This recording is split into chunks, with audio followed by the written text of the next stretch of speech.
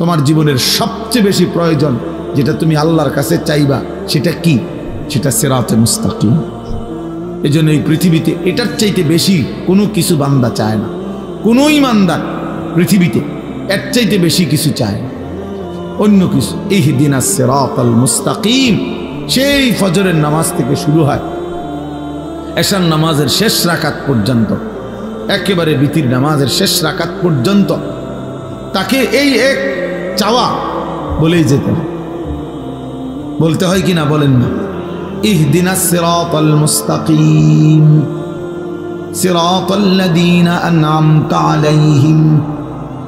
রব্বে করিম, আমি আপনার সিরাতে মুস্তাকিম চাই, যে পথে চললে মাওলা আপনাকে মিলে যাবে, যে পথে চললে মাওলা জান্নাত পর্যন্ত পৌঁছে যাবে। জীবন চলার প্রত্যেকটা পদক্ষেপে আমি সেই সিরাতে মুস্তাকিম চাই। সেই সকালে, দুপুরে, বিকালে, সন্ধ্যায়, রাতে, ফজরে, সুন্নতে, নফলে, মুস্তাহাবে, ফরজ, ওয়াজিব সব বারে বারে বলা। আল্লাহ তাআলা বলেন আন্না হাদা সিরাতি মুস্তাকিমান ফাত্তাবিউ। আল্লাহ বলেন এই কোরআনই হচ্ছে আমার সিরাতে মুস্তাকিম। আন্না হাদা, নিশ্চয়ই ইহা, সিরাতি মুস্তাকিমান, আমি আল্লাহর সিরাতে মুস্তাকিম। ফাত্তাবিউ, অতএব বান্দা একেই অনুসরণ করো। ওয়ালা তাত্তাবিউস সুবুল, আর কোনো পথ অনুসরণ করো না। ফাতাফাররাকা বিকুম আন সাবিলিহি, তাহলে তোমাকে সত্য পথ সিরাতে মুস্তাকিম থেকে বিচ্ছিন্ন করে দিবে। এজন্য এটা জীবনের বড় কাজ। আমার এটা খুব আফসোস লাগে। স্কুলে পড়ে, কলেজে পড়ে, ইউনিভার্সিটিতে পড়ে, কত কিছু পড়ে। আহা বন্ধু, বাংলা কথা বলতে পারে, ইংরেজি অনেক কথা সুন্দর জানে, কিন্তু মঞ্জিল চেনে না, কোথায় গিয়ে থাম। মনে করছে এগুলো এতগুলো পড়া পড়তেছি, একটা সময় আইসা কর্মজীবনে শেষ বয়সে সুখ করব, শেষ বয়সে একটা ভালো চাকরি, একটা ভালো ব্যবসা, দুনিয়াবি একটা সমাজে একটা স্ট্যাটাস। কিন্তু দেখা গেছে সব যখন ঘুষায় কবরে যাওয়ার সময় হয়ে যায়, অথবা অসুস্থতা, রোগ, ডায়াবেটিস সহ বিভিন্ন রোগ আইসা বাসা বাঁধে। আর তখন দুনিয়া আছে কিন্তু ভোগ করতে পারে না। প্রতিদিন সকালবেলা যে কোনো ডায়াবেটিক হসপিটালে কেউ যদি যায়, 7টা বাজে, দেখেন কি পরিমাণ বয়স্ক, মাঝবয়সী লোক, ভদ্রলোক, শিক্ষিত, উচ্চ শিক্ষিত, সমাজের এলিট পার্সন কিভাবে বসে সিরিয়াল ধরে রয়েছে ডায়াবেটিস পরীক্ষা। তাইলে আমার ভাই, দুনিয়ার এই হায়াত, আমাদের এই বেঁচে থাকার জীবনটাকে দুই ভাগ করা, যে এক ভাগে আমি কিছুদিন পড়ব বা কর্ম করব, আরেক ভাগে আমি সুখ করব, এতটুকু দিয়ে দুনিয়া জীবনটাকে ভাগ করা, আর এর দূরের উপরে নিজের পরিকল্পনাকে সাজানো, আল্লাহর কসম এটা আহাম্মক ছাড়া, বেওকুফ ছাড়া আর কিচ্ছু হতো না। এটা বেওকুফ, ওই মানুষ বেওকুফ, ওই অভিভাবকও বেওকুফ, ওই সন্তানও বেওকুফ, যে অভিভাবক তার সন্তানকে শুধু দুনিয়ার হায়াত পর্যন্ত স্বপ্ন দেখাইছে, আর সন্তান যে শুধু দুনিয়ার হায়াতকে নিয়েই স্বপ্ন দেখতেছে। অথচ এত লম্বা আখেরাত, এত লম্বা কবর, এত অনন্তকালের আখেরাত, এই বিষয়ে তার না জানা আছে পর্যাপ্ত, না প্রস্তুতি আছে পর্যাপ্ত। এক লাইন কোরআন শরীফ দেখে দেখে মুসলমান কত কিছু পড়লো, শিখলো, কিন্তু আল্লাহর কোরআনের একটা লাইন সাইয়া সাইয়াও শুদ্ধ পড়তে পারে না। হায় হায়, ওই জিন্দেগির উপরে লানত, লানত ওই জীবনের উপরে বেটা, লানত ওই জীবনের উপরে, অভিশাপ ওই জীবনের উপরে।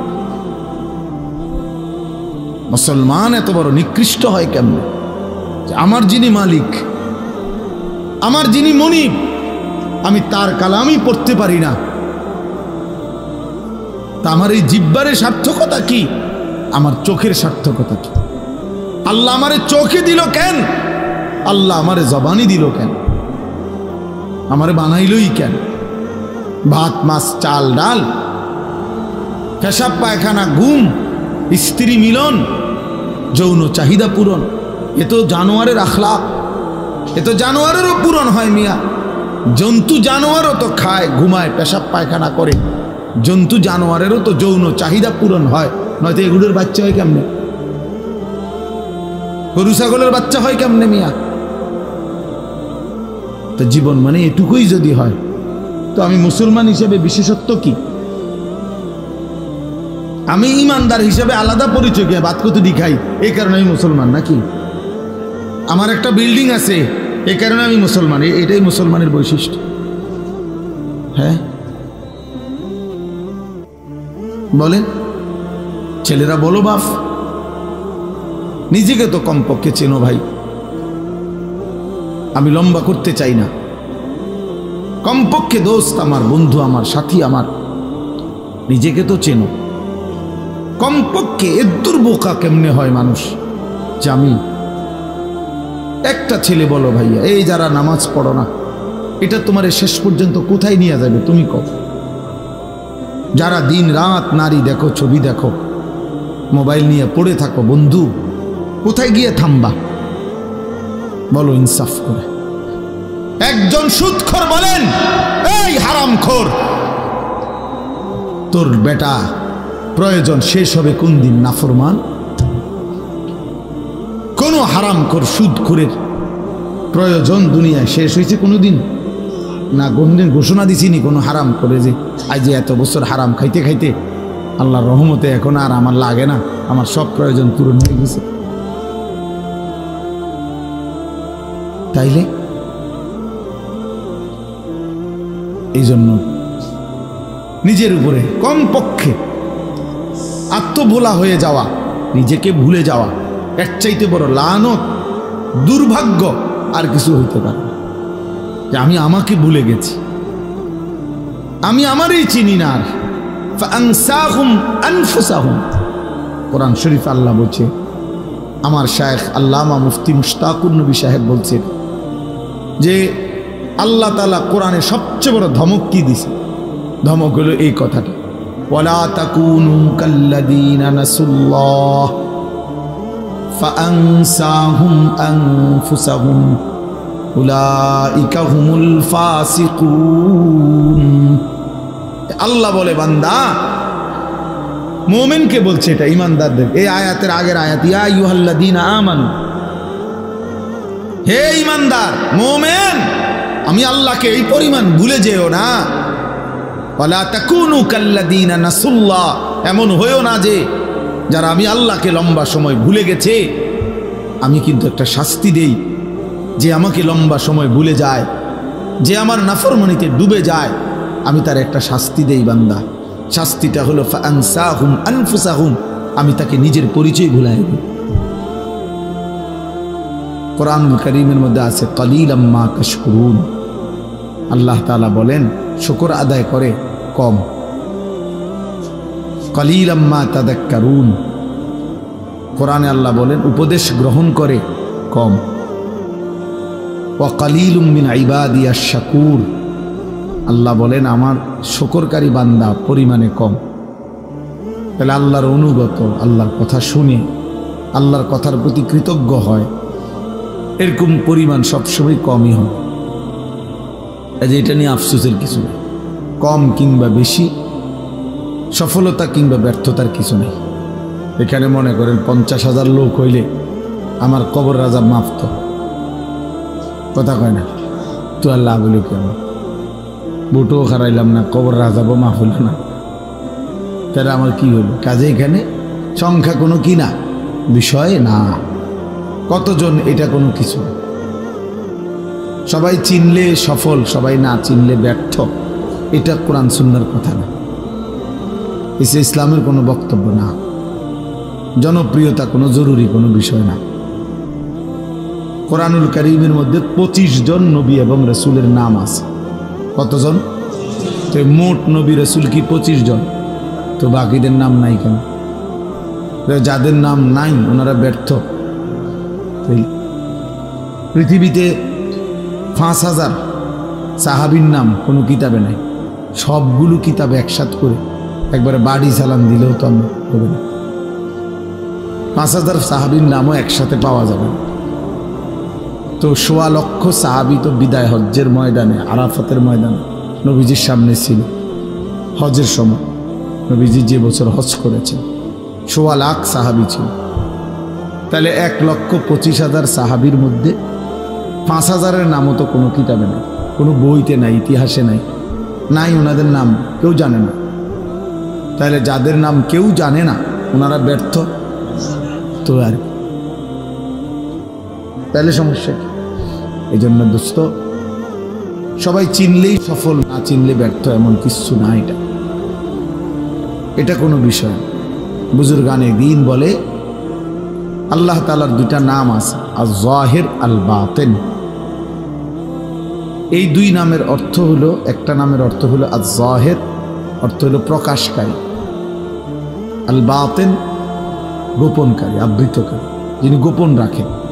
আর যাহির মানে যিনি প্রকাশ করেন। তো মুফাসসিরিনে কেরাম বলেন, মুহাদ্দিসিনে কেরাম বলেন যে আল্লাহ তাআলা তার নামের গুণ আল্লাহ তাআলা তার পছন্দসই বান্দার উপরে প্রয়োগ করেন, ইলকা করেন, ঢালেন। আল্লাহ তাআলা তার রহমান নাম থেকে কাউরে রহমতের সিফাত তার মধ্যে দেন কিছুটা, ফলে তার দিল খুব দয়ালু হয়। এর অনেক গুণ আল্লাহ তার বান্দাকে দেন, বৈশিষ্ট্য। এটা আল্লাহ তাআলা কুদরতি নিজাম। তো আল্লাহ তাআলা এই 2 নাম আল্লাহ তার ইচ্ছা মতো তার কোনো বান্দার উপরে জুহুর মানে এই প্রকাশকারী এই গুণটা দেন কাউরে, তো তখন দুনিয়া তাকে চেনে। আবার কারো উপরে আল্লাহ তাআলা ওই যে বাতেন গোপনকারী, তিনি এই গুণটা কাউকে ঢালেন কাউরে, তো তাকে পৃথিবীবাসী চেনে না, তিনি শুধু চিনে। তাহলে এই জন্য অনেক আউলিয়া কেরাম এমন আছে যা করে গোটা দুনিয়া চেনে। আবার এমন লাখো লাখো আউলিয়া আছে আল্লাহর প্রিয় বান্দা কেউ চেনে না, পাহাড়ে জঙ্গলেই শেষ, ইন্তেকাল করছে, কেউ জানেও না, হাসরের ময়দানে দিয়ে। এই জন্য দোস্ত, এটা একটা জরুরি বিষয়। কোরআন সুন্নাহর দৃষ্টিতে সংখ্যা পরিচিতি এটা কোনো বিষয় না, কতজন এটা কোনো কথা। সূরা ইয়াসিনের মধ্যে একটা ঘটনা আছে, ওয়াদরিব লাহুম মাসালান আসহাবাল কারিয়া। এই ঘটনার মধ্যে আছে 3 জন রাসূল আল্লাহর পক্ষ থেকে একটি এলাকার মানুষকে দিবানিশি কালেমার দাওয়াত দিছে, আল্লাহর দিকে দাওয়াত দিছে। 3 জন রাসূল মিলে একসাথে দিন রাত মানুষকে কালেমার দাওয়াত দেওয়ার পরে ইমানদার হইছে ওনাদের হাতে এই পুরা সময় একজন। ওয়াজাআ মিন আকসাল মাদিনাতি রাজুলুন, এই যে রাজুলুন মানে একজন লোক, এই একটা লোক ইমানদার ছিল। তাইলে 3 জন রাসূলের দাওয়াতে কালেমা পড়ে মুসলমান হয়েছে, ইমানদার হয়েছে কয়জন?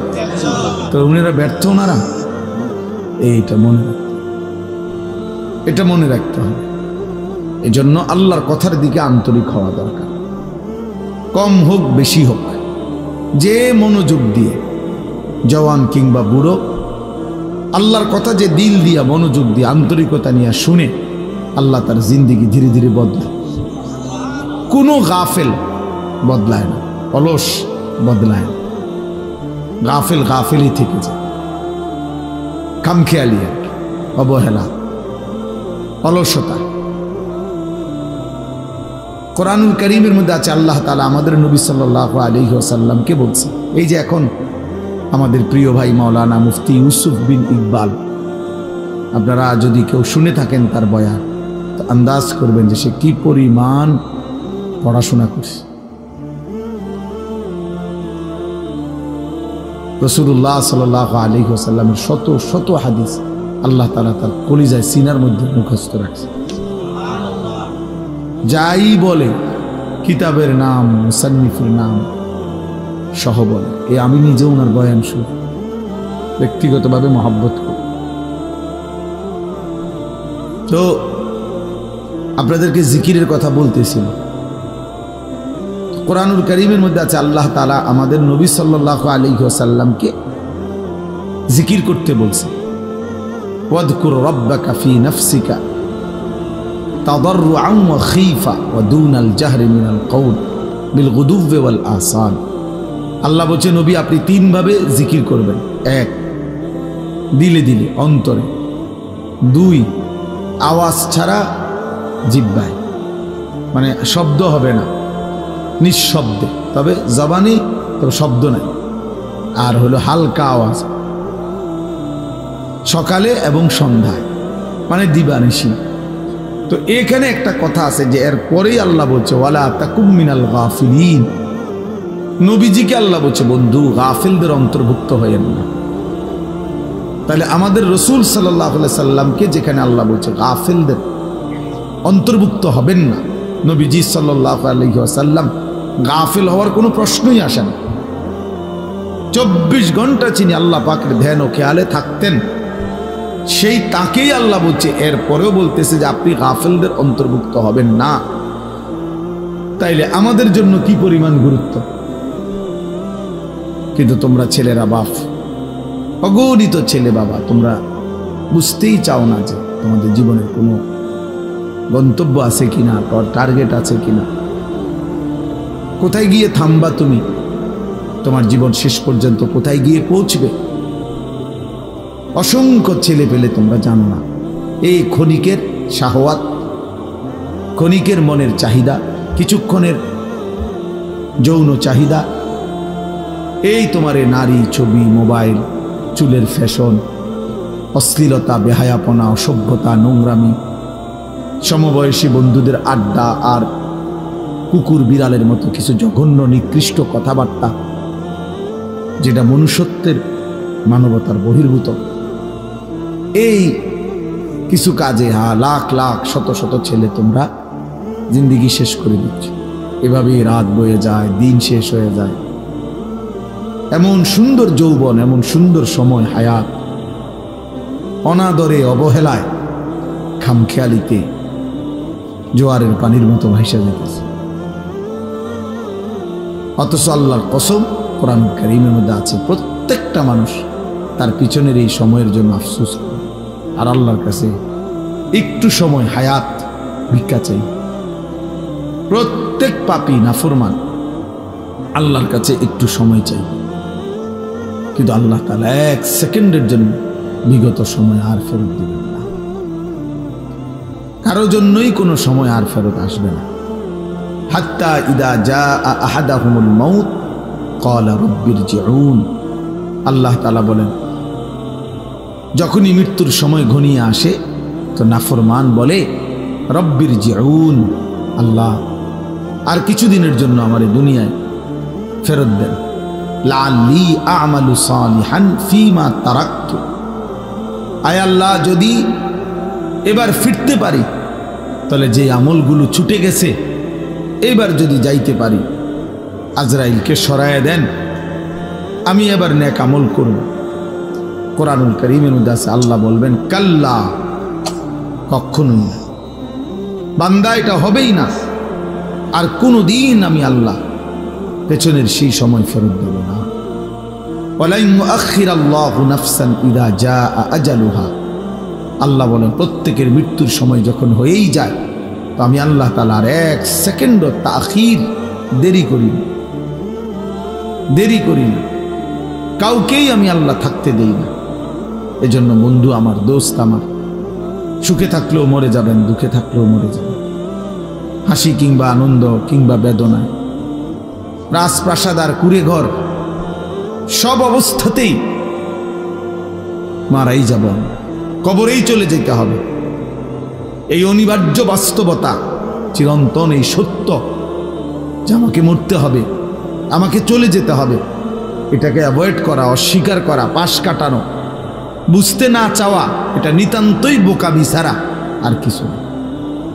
কারণ বলে আমি বুঝি নাই এই জন্য আমার মরণ নাই, না, আপনি না বুঝলেও মরে যাবেন। আপনি খেয়াল না করলেও মরে যাবেন, খেয়াল করলেও মরে যাবেন, খুব কেয়ারফুল থাকলেও মরে যাবে, আর অসতর্ক থাকলেও মরে যাবে। চাইলে আমার ভাই, আমার বাপ, আল্লাহর কথা, এই কথা নিয়ে আজকের কথা না শুনে আমাকে যেতেই হবে, চলে যেতে হবে।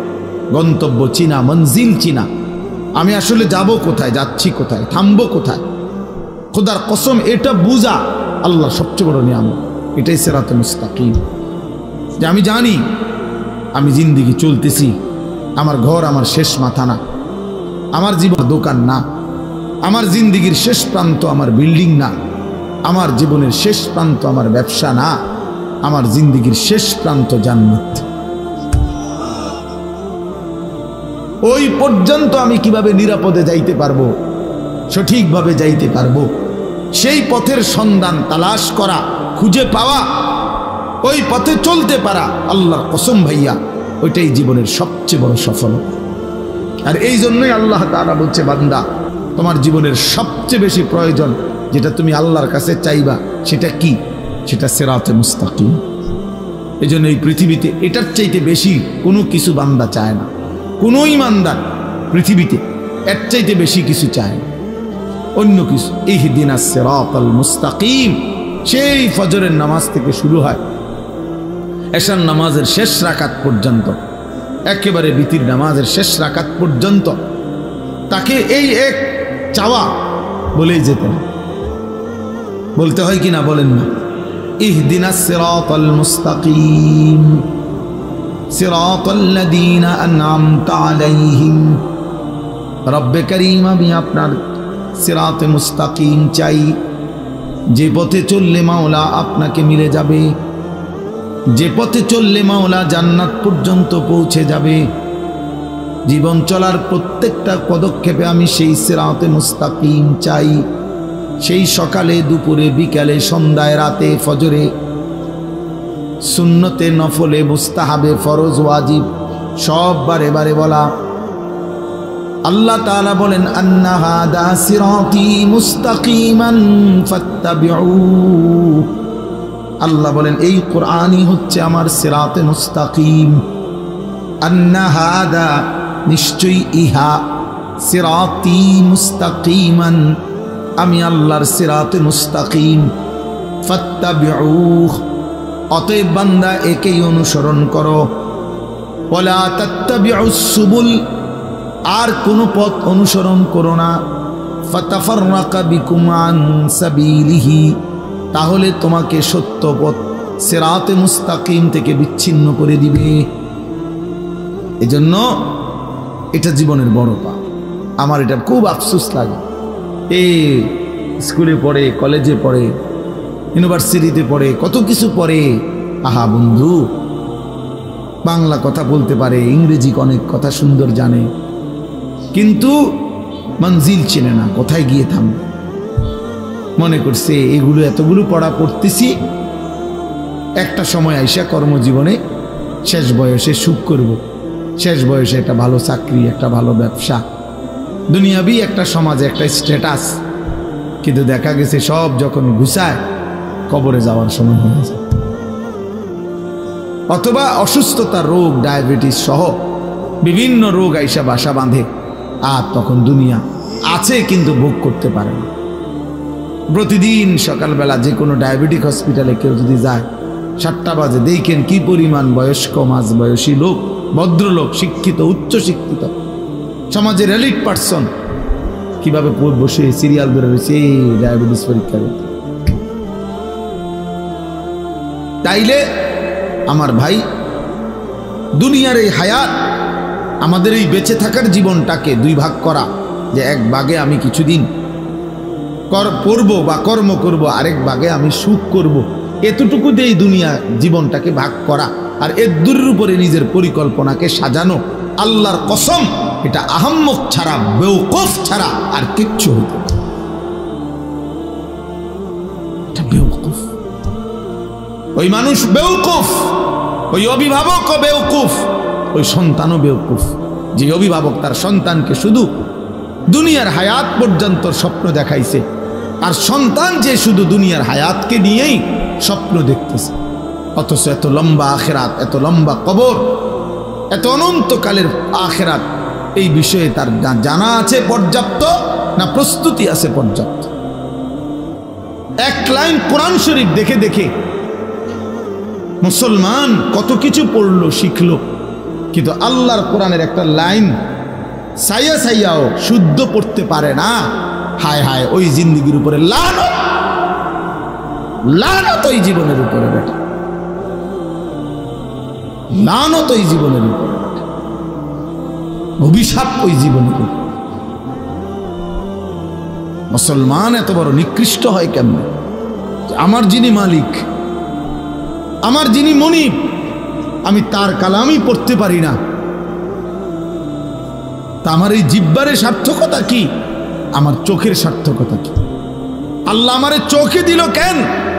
আল্লাহ আমারে জবানি দিল কেন? আমারে বানাইলই কেন? ভাত মাছ চাল ডাল, পেশাব পায়খানা, ঘুম, স্ত্রী মিলন, যৌন চাহিদা পূরণ, এ তো জানোয়ারের আখলাক, এ তো জানোয়ারেরও পূরণ হয় মিয়া। জন্তু জানোয়ারও তো খায়, ঘুমায়, পেশাব পায়খানা করে, জন্তু জানোয়ারেরও তো যৌন চাহিদা পূরণ হয়, নয়তো এগুলোর বাচ্চা হয় কেমনে? গরু ছাগলের বাচ্চা হয় কেমনে মিয়া? তো জীবন মানে এটুকুই যদি হয়, তো আমি মুসলমান হিসেবে বিশেষত্ব কি? আমি ইমানদার হিসেবে আলাদা পরিচয়, গিয়ে ভাত কতটি খাই এই কারণে আমি মুসলমান নাকি? আমার একটা বিল্ডিং আছে এই কারণে আমি মুসলমান, এটাই মুসলমানের বৈশিষ্ট্য? হ্যাঁ বলে ছেলেরা, বলো বাপ, নিজেকে তো কমপক্ষে চেনো ভাই।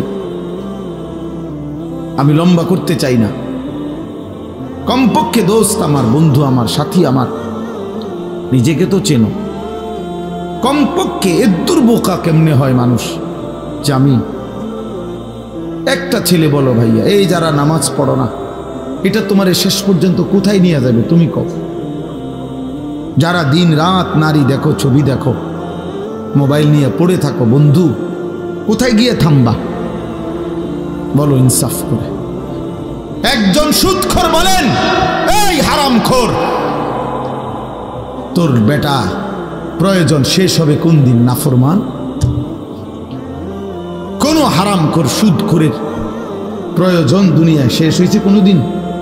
না, কোনদিন ঘোষণা দিছিনি কোনো হারাম করে যে আজ যে এত বছর হারাম খাইতে খাইতে আল্লাহর রহমতে এখন আর আমার লাগে না, আমার সব প্রয়োজন পূরণ হয়ে গেছে। তাইলে এই জন্য নিজের উপরে কমপক্ষে আত্মভোলা হয়ে যাওয়া, নিজেকে ভুলে যাওয়া, এর চাইতে বড় লানত, দুর্ভাগ্য আর কিছু হইতে পারে? যে আমি আমাকে ভুলে গেছি, আমি আমারই চিনি না। ফাআনসাহুম আনফুসাহুম, কোরআন শরীফ আল্লাহ বলছে, আমার শায়েখ আল্লামা মুফতি মুশতাকুর নবী সাহেব বলছে যে আল্লাহ তাআলা কোরআনে সবচেয়ে বড় ধমক কি দিছে? ধমক হলো এই কথাটা, ওয়ালা তাকুনু কাল্লাযীনা নাসুল্লাহ ফাআনসাহুম আনফুসাহুম উলাইকা হুমুল ফাসিকুন। আল্লাহ বলে, বান্দা, মুমিনকে বলছে এটা, ইমানদারদের। এই আয়াতের আগের আয়াত, ইয়া আইয়ুহাল্লাযীনা আমানু, হে ইমানদার মুমিন, আমি আল্লাহকে এই পরিমাণ ভুলে যেও না। ওয়ালা তাকুনু কাল্লাযীনা নাসুল্লাহ, এমন হইও না যে যারা আমি আল্লাহকে লম্বা সময় ভুলে গেছে, আমি কিন্তু একটা শাস্তি দেই। যে আমাকে লম্বা সময় ভুলে যায়, যে আমার নাফরমানিতে ডুবে যায়, আমি তার একটা শাস্তি দেই বান্দা। শাস্তিটা হলো ফাআনসাহুম আনফুসাহুম, আমি তাকে নিজের পরিচয় ভুলাই দেব। সে আর কোনোদিন মনে পড়ে না সে মুসলমান, তার আর কোনোদিন মনে পড়ে না তার মৃত্যু হবে, তার আর কোনোদিন মনেই পড়ে না মৃত্যুর পরে কিছু হবে, তার আর মনেই পড়ে না কবরে কোনো প্রশ্ন হবে, তার আর মনেই পড়ে না হাসরের একটা মাঠ হবে, তার আর মনেই পড়ে না তার আমলনামা দেওয়া হবে, তার আর মনেই পড়ে না তাকে ফুলসিরাত পার হতে হবে। ফাআনসাহুম আখিরাতাহুম, আল্লাহ বলছে আমি তোমাকে তোমার পরিচয় ভুলাই দেব, মানে কি? তোমার আখিরাত ভুলাই দেব। ভাত ভুলবা না, ভাত তরকারি ভুলতা না, এটি তো আমি জানোয়ারেরই খাওয়াই।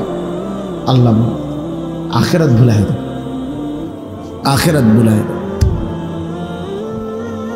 তোমার আখিরাত ভুলাই দেব, মঞ্জিল ভুলাই দেব, গন্তব্য ভুলিয়ে দেব। আর আজকে বলো ভাই ছেলে, একজন ছেলে বলো, প্রতিদিন আমি এই কথা চিল্লাই, প্রতিদিন যে 365 দিনের একটা বছরে, এক বছরে কোনো দিন মুসলমানের যে বাচ্চা, মুসলমানের যে লোকটা কোনোদিন ফজরের নামাজ পড়লো না, এই জানোয়ার আল্লাহরে কেমন বলাটা বলছো? আমনে কোন এই জানোয়ার কত বড় জানোয়ার, এটা কত বড় নিকৃষ্ট জন্তু। কুত্তা তার চাইতে কোটি গুণ ভালো বেটা, কুত্তার চাইতে 1,00,000 গুণ ভালো। কুত্তা মালিকের নাফরমানি করে না। 365 দিনের এক বছরে কোনোদিন এই জানোয়ার কোনোদিন ফজরের নামাজ পড়ে না, অথচ সে কহে বলে মুসলমান। আরে তুই কি মুসলমান? তোরে মুসলমান বললে মুসলমান কারে কইব? হাইওয়ান। ভাত খাও দেখে মুসলমান, খানা তো জানোয়ারের আখলাক। ঘুম যাও দেখে মুসলমান না, ঘুম তো জানোয়ারেও যা। মুসলমান তো ঘুমকে বলে না। ইসলাম মানে ঘুম, ইসলাম মানে বাজার থালা, ইসলাম মানে বিল্ডিং। সেজদা কি? সেজদা আল্লাহ বলছে সেজদা। এই কপাল খেয়াল রাখলে হবে, এই কপাল রব্বুল আলামিন আপনারা সবাই খেয়াল করে বুঝেন। এই কপাল পৃথিবীর উপার্জনের কোনো কাজে লাগে না। মানুষের হাত, পাও, চোখ, কান, দিমাগ মানে বুদ্ধি, বিবেক, এগুলো দুনিয়াবি বিভিন্ন উপার্জন করার জন্য লাগে। চাকরি হোক, ব্যবসা হোক, দোকান হোক, ক্ষেত হোক, খামার হোক। কিন্তু কপাল দিয়া মানে কপাল ঠেল্লা টাইন্না দুনিয়াবি কোনো উপার্জন করে না। কপাল দুনিয়ার কামাই রোজগারির কোনো কামে লাগে না। তো এইটা আল্লাহ তাআলা কেন বানাইলেন কপাল? আল্লাহ তাআলা শুধুমাত্র ভাইয়া একটা যুবক হলেও ভাইবো বাবা, আল্লাহ তাআলা এই কপাল শুধুই বানাইছেন সেজদার জন্য। এই জন্য সেজদা আরবিতে কাকে বলে? আরবিতে সেজদার সংজ্ঞা কি? পরিষ্কার কিতাবে আছে, ওয়াদউল জাবহাতে আলাল আরদ, জমিনের উপরে কপাল রাখা, এটারে কয় সেজদা। এই মানে কপাল আল্লাহ বানাইছেনই কিসের জন্য? সেজদার জন্য। অতএব যেই কপাল সেজদা দেয় না, তুই কোনো মানুষ না। এই জন্য আমি সব সময় বলি, বেটা রাগ করো আর কোনোদিন না আসলাম, একবারের আশাতেই আসি, প্রতিবার আইন কঠিন আমার জন্য। তার যদি কোনোদিন নাও আসি তো মনে রাখো, যারা এখানে যারা বসা, যাদের কপালে সেজদা নাই, যারা নামাজ পড়ো না, তোর ওই কপালে থুতু মারলাম, থু থু তোর কপালে, থুতু মারি তোর কপালে, থু তোর কপালে, লানত তোর কপালে। আল্লাহ কোরআনে তোকে লানত দিছে, ওয়া ইন্না আলাইকা লানাতা ইলা ইয়াউমিদ্দিন। আল্লাহ বলছে, ইবলিস সেজদা দিলি না, ঠিক আছে, আজকের থেকে নিয়ে কিয়ামত পর্যন্ত তোর উপরে আল্লাহর লানত। যা ভাত খা জানোয়ার, খানা তোর খাওয়াবো, খানা যে তুমি কুত্তারে খাবাই, তোরে খাবাইতাম না। খা, ভাতে না খাবি বেটা, খাবি আর পেশাব করবি, বাথরুমে যাবি, খা। নারী দেখ, ছবি দেখ, উলঙ্গ দৃশ্য দেখ, আর কি জানোয়ারের মতো চলতে থাকো, একদিন ধাক্কা দিয়ে জাহান্নামে ফেলে দিও। ওমান ইউশাকিকির রাসূল মিন বাদি মা তাবায়্যানা লাহুল হুদা ওয়া ইয়াত্তাবি' গায়রা সাবিলিল মুমিনিন। আল্লাহ বলেন, আমার রাসূলের বিরুদ্ধাচরণ যে করবে, আমার ইমানদার মুমিন যেই পথে চলে তার উল্টো পথে যে চলবে, দুইটা অপরাধ। এক নাম্বার, আমার রাসূলের বিরুদ্ধাচরণ যে করবে, ইমানদার মুমিন যেই পথে চলে সেই পথের উল্টো পথে যে চলবে, নুওয়াল্লিহি মা তাওয়াল্লা, আমি আল্লাহ তাকে একদিন সেই উল্টো পথেই চালাইতে থাকবো। ওয়া নুসলিহি জাহান্নাম, এই উল্টো পথে চলতে চলতেই একদিন নাফরমানকে জাহান্নামে ফেলে দেব।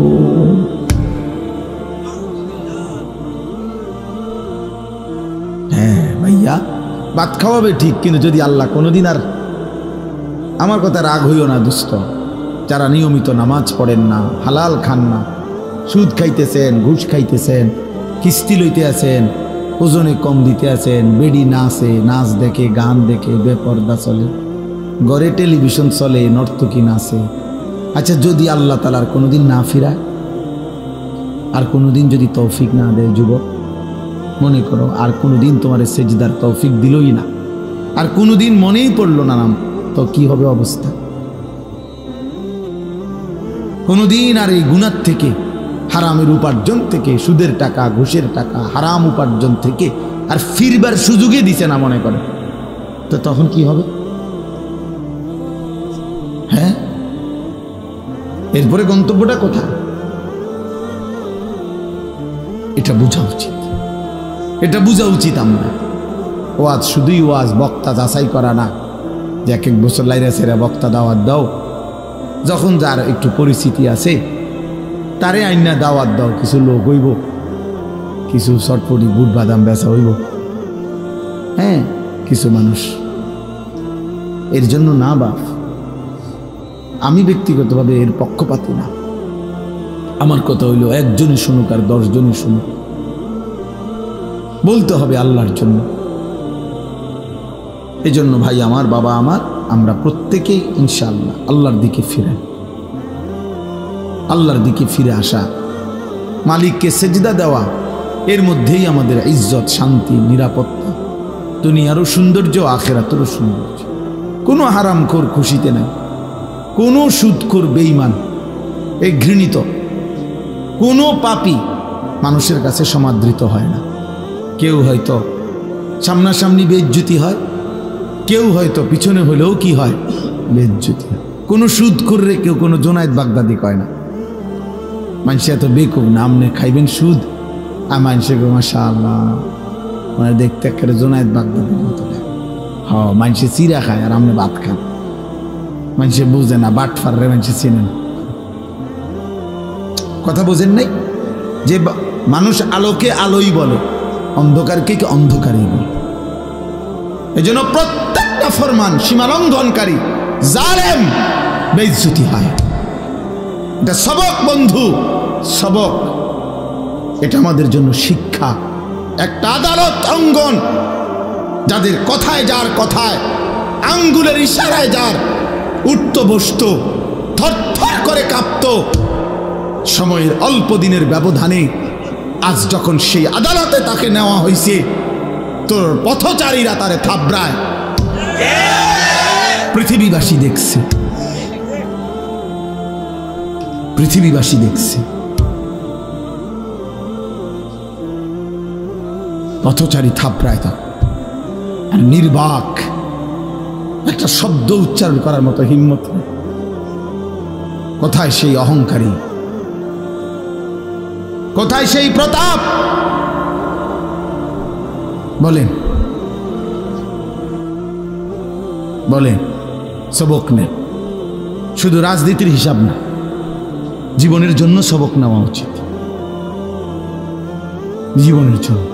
এই দেখবেন একদিন ইসরায়েলের এই কুত্তার পরিণতিও এমন নিকৃষ্ট হবে যে পৃথিবীব্যাপী ফেরাউন নমরুদের মতো পৃথিবীবাসী একদিন তাকে দিয়েও দৃষ্টান্ত দেবে, কোনো সন্দেহ নেই। এই নেতানিয়াহু নামের এই কুত্তারে দিয়েও একদিন পৃথিবীবাসী উদাহরণ দেবে যে ফেরাউন নমরুদের পরবর্তী এক, নমরুদের উত্তরসূরি ছিল, ফেরাউনের এক উত্তরসূরি ছিল নেতানিয়াহু। শুনবে। এজন্য কেউ ভাইয়া, কেউ না ইজ্জত পায় না বাপ, কোনো নাফর, আমি কিংবা তুমি, জওয়ান কিংবা বুড়া, সম্মান মিলবে না, সম্মান মিলবে না। এজন্য দয়া করে নিজের উপরে দয়া করেন, নিজের সুন্দর করেন, আখলাক সুন্দর করেন, হালাল উপার্জনের প্রতি যত্নবান হন। মানুষ ঘৃণাই করে। আরবিতে একটা প্রবাদ আছে, অফিকা উয়ুবুন ওয়ালিন্নাসে আয়ুনুন। আমরা কিতাবে পড়ছি যে আরবিতে বলে তোমারও দোষ আছে, মানুষেরও চোখ আছে। তোমারও দোষ আছে, মানুষেরও কি আছে? চোখ আছে। মানুষ চোখ বন্ধ করে থাকে না, কাজে মানুষ বুঝে। এই জন্য প্রিয় ছেলে ভাই, তোমাদেরকে বলি ভাই, যারা এক ওয়াক্ত নামাজ পড়ো না, তুমি এক মিনিট ভাইবা দেখো এই সমাজের মানুষ তোমাকে কি মনে করে। সারাক্ষণ নারী ছবি, মোবাইলে অস্থির দৃশ্য, তুমি ডানে বামে তাকায় দেখো, মানুষ তোমাকে প্রিয় মনে করে না অপ্রিয় মনে করে। তো আল্লাহর কাছেও তোমার ইজ্জত হারাইলা, কারণ গুনাহ তো কোনো পাপীকে তো আল্লাহ তাআলা সম্মানিত করবে না, করবেন? তো মানুষের কাছেও তো তুমি ঘৃণিত, মানুষের কাছেও তো ঘৃণিত। তো জীবনের অর্জন কোথায় বলে? আল্লাহ আমাদেরকে মাফ করে দেন।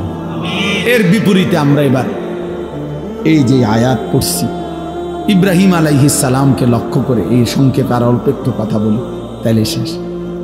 ইব্রাহিম আলাইহিস সালামকে লক্ষ্য করে আল্লাহ তাআলা এই কথাটা বলছেন। আমি যে আয়াতটা পড়ছি কোরআনুল কারীমের 17 নম্বর পারা 22 নম্বর সূরা, সূরা হজ।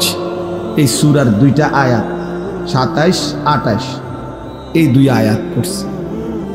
একজন শ্রেষ্ঠতম প্রিয় নবী ছিলেন ইব্রাহিম আলাইহিস সালাম। ইব্রাহিম আলাইহিস সালামের নাম আমরা সবাই জানি, আল্লাহ তাআলার বহুতই মহব্বতের একজন নবী, একজন রাসূল। আল্লাহ তাআলা যাকে নিজের খলিল বানাইছেন, ওয়াত্তাখাযাল্লাহু ইব্রাহিমা খলিলা। আল্লাহ তাআলা বলেন আমি আল্লাহই ইব্রাহিমকে খলিল, বন্ধু বানাইলাম, বন্ধু বানাইলাম। আল্লাহ তাআলা কোরআনুল কারীমের মধ্যে বলছেন ইব্রাহিম আলাইহিস সালামকে যে সে একজন ব্যক্তি, কিন্তু পৃথিবীবাসী শোনো, আমি আল্লাহ বলতেছি আমার ইব্রাহিম একাই কানা উম্মাতান, ইব্রাহিম একাই একটা জাতি। তিনি একজন ব্যক্তি না, বরং এক ব্যক্তি একটা জাতি। জাতি আল্লাহ তাআলা কোরআনুল কারীমের মধ্যে বলছে। আল্লাহ তাআলা কোরআনে বলছে ইন্নী জাইলুকা লিন-নাসি ইমামা। ইব্রাহিম, আমি তোমাকে পৃথিবীবাসীর, গোটা বিশ্ব মানবতার ইমাম বানিয়ে দিলাম, ইমাম বানিয়ে। আল্লাহ তাআলা কোরআনে বলছেন হুয়া সাম্মাকুমুল মুসলিমিন। মুমিন শোনো, ঈমানদার, ইব্রাহিমই তোমাদের মুসলিম নামকরণ করেছেন। তাহলে অনেক মর্যাদা, অনেক সম্মান, অনেক বৈশিষ্ট্য আল্লাহ তাআলা কোরআনুল কারীমের মধ্যে আছে। ওনার কানিতান, আল্লাহর অনুগত, শাকিরান লিআনউমি, আল্লাহ তাআলার সমস্ত নিয়ামতের প্রতি কৃতজ্ঞ। এটা আল্লাহ বলছে ইব্রাহিম আলাইহিস সালামের সিফাত। ইজতাবাহু, আল্লাহ বলে আমি নিজে তাকে বাছাই করেছি। এরকম অনেক আল্লাহ তাআলা মর্যাদা, সম্মান, ইজ্জত ইব্রাহিম আলাইহিস সালামকে দিয়েছেন। আমাদের মিল্লাতের পিতা বানাইছেন, মিল্লাতা আবিকুম ইব্রাহিম। এত সম্মান, এত ইজ্জত, এত মর্যাদা আল্লাহ তাআলা দান করছেন। কিন্তু এর আগে আল্লাহ তাআলা ওনাকে বারবার, অগণিতবার পরীক্ষা করেছেন, পরীক্ষা করছে। وَإِذِ ابْتَلَى إِبْرَاهِيمَ رَبُّهُ بِكَلِمَاتٍ فَأَتَمَّهُنَّ। আল্লাহ তাআলা বলছেন আমি ইব্রাহিমকে অনেকবারই পরীক্ষা করেছি, প্রত্যেকবারই আমার ইব্রাহিম শতভাগ উত্তীর্ণ হয়েছে, গোল্ডেন এ প্লাস পাইছে প্রত্যেকবারই। তাফসিরে মধ্যে আছে হযরত আব্দুল্লাহ ইবনে আব্বাস রাদিয়াল্লাহু তাআলা আনহুমা বলছেন আল্লাহ তাআলা ইব্রাহিম আলাইহিস সালামকে 30 বার, কোন বর্ণনায় আছে 70 বার পরীক্ষা করেছে। কি পরীক্ষা করছেন যদিও অনেক সবই বলা সম্ভব না, কিন্তু পরীক্ষা করছেন কিসের? আসলে এই সবগুলো পরীক্ষা হইলো আল্লাহ তাআলা একটা জিনিস ওনার থেকে মূলত পরীক্ষা নিছেন, যে বারবারই ইব্রাহিম আলাইহিস সালামের কলিজার মধ্যে আল্লাহর মহব্বত, আল্লাহর ভালোবাসা সবচেয়ে বেশি কিনা আল্লাহ তাআলা এইটা বারবার পরীক্ষা করছে। প্রতিবারই পরীক্ষার মূল টার্গেট ছিল এটা দেখা যে ইব্রাহিমের কলিজায় আমার ভালোবাসা বেশি নাকি অন্য কোনো ভালোবাসা। ছোট্টবেলায় মা বাবা মূর্তি পূজক, এমনকি মূর্তি বিক্রেতা ওনার আব্বা, কিন্তু উনি সেখানে দাঁড়িয়েও তিনি বাবা মার অনুসরণ না করে ছোট্টবেলাতেই মহান আল্লাহকে ডাক দিছে। হ্যাঁ, ইব্রাহিম আলাইহিস সালাম কোরআনে আছে, আব্বাকে বলছি, ইয়া আবাতি লিমা তা'বুদু মা লা ইয়াসমাউ ওয়া লা ইউবসিরু ওয়া লা ইউগনি আনকা শাইআন। হায় আব্বা, এগুলা কি পূজা করেন আপনি? এ কেমন মূর্তির পূজা করেন যে মা লা ইয়াসমাউ, যে মূর্তি কিছু শুনেও না, ওয়া লা ইউবসিরু কিছু দেখেও না, ওয়া লা ইউগনি আনকা শাইআন, হ্যাঁ, কিচ্ছু উপকারও করতে পারে না। এটা আসেও না, কান্দেও না, মাতেও না, মুতেও না। এটা কিটা সদবোধ, সদবোধ না, এটা কি? লড়েও না, সরেও না, আপনি এটা কিসের ইবাদত করেন? এইভাবে বলছেন। ইব্রাহিম আলাইহিস সালামকে ওনার আব্বা আজর বলছে, তোরে আমি তেজ্য পুত্র করে বাড়ি ছাড়া করে দেবো, পাথর মেরে মেরে ফেলবো, লারজুমান্নাকা ওয়াহজুরনি মালিয়া। কোরআনে আছে ইব্রাহিম আলাইহিস সালাম বলছেন, বাবা আমি আপনাকেও ছেড়ে দিলাম, পুরা ফ্যামিলি ছেড়ে দিলাম, তবে মনে রাখবেন ওয়া আদউ রাব্বি, আমি আমার রব আল্লাহকে ডাক দিলাম। আসা আল্লাহ আকুনা বিদুআই রাব্বি শাকিয়া। এরপরে বললেন, বাপ আমি বিশ্বাস করি আমার ওই এক মহান আল্লাহ রবকে ডেকে কেউ কোনোদিন বেইজ্জতি হয় না। রবকে ডেকে কেউ বেইজ্জতি হয় না, আল্লাহকে ডেকে কেউ লাঞ্ছিত হয় না। ওয়া ইদা সালাকা ইবাদি আন্নী ফাইন্নী করিব। আল্লাহ বলে, আমার বান্দা যখন আমার কাছে চায় আমি তার একদম কাছে চলে আসি। উজিবু দাওয়াতাদ দাঈ ইদা দাআনি। আমার বান্দা যখনই আমাকে ডাকে আমি তার প্রত্যেকটা ডাকে সাড়া দিয়ে থাকি। জমিন থেকে বলে বান্দা, জমিন থেকে বান্দা বলে আল্লাহ। রব্বে করিম আর শাজিম থেকে বলে, বলো না বান্দা, বলো না। বান্দা বারবার বলে, জিকির করে, তাসবিহ পড়ে, কখনো বলে সুবহানাল্লাহ, কখনো বলে আলহামদুলিল্লাহ, কখনো বলে আল্লাহু আকবার, কখনো বলে লা ইলাহা ইল্লাল্লাহ। এভাবে আল্লাহকে ডাকতে থাকে, ডাকতে থাকে। আল্লাহ আল্লাহ আল্লাহ আল্লাহ আল্লাহ আল্লাহ। প্রতিবারই বলে, বলো না বান্দা, বলো না লাব্বাইক আবদি, বান্দা আমি তো আছি, বলো না কি চাচ্ছ, কি চাচ্ছ, বলো না। কিন্তু বান্দা কিছুই বলে না, শুধু আল্লাহকে ডাকে, আল্লাহকে ডাকে, আল্লাহকে ডাকে। হাদিসের মধ্যে আছে, একটা পর্যায়ে আল্লাহ নিজেই তখন বলতে থাকে, আমি বুঝছি বান্দা তুমি আমারে ডাইকা মজা পাইছো, ঠিক আছে বান্দা তুই আমারে ডাকতে থাক, আমি আল্লাহ নিজেই তোকে দিতে থাকি। আমি জানি বান্দা তোর ছেলেটা অসুস্থ, মেয়েটা অসুবিধায় আছে, একটা ছেলে বিদেশে ঝামেলায় আছে, বউটার শরীর ভালো না, তোর নিজেরও শরীর ভালো না, তোর কোথায় কি অসুবিধা আমি তো জানি সব, তুই আমারে শুধু ডাকতে থাক, আমি তোর প্রয়োজন পূরণ করতে থাকি। মান শাগালাহু যিকরি আন মাসআলাতি আতাইতুহু আফদালা মিম্মা উতিয়া সাইলিন। হাদিসে কুদসিতে আছে, আল্লাহ বলে, আমার যে বান্দা আমার জিকির করতে করতে আমার কাছে চাইতে সময় পায় নাই, আমি তারে সবাই চাইয়া যে টুকনিছে তার চাইতে বেশি দিয়ে দেব।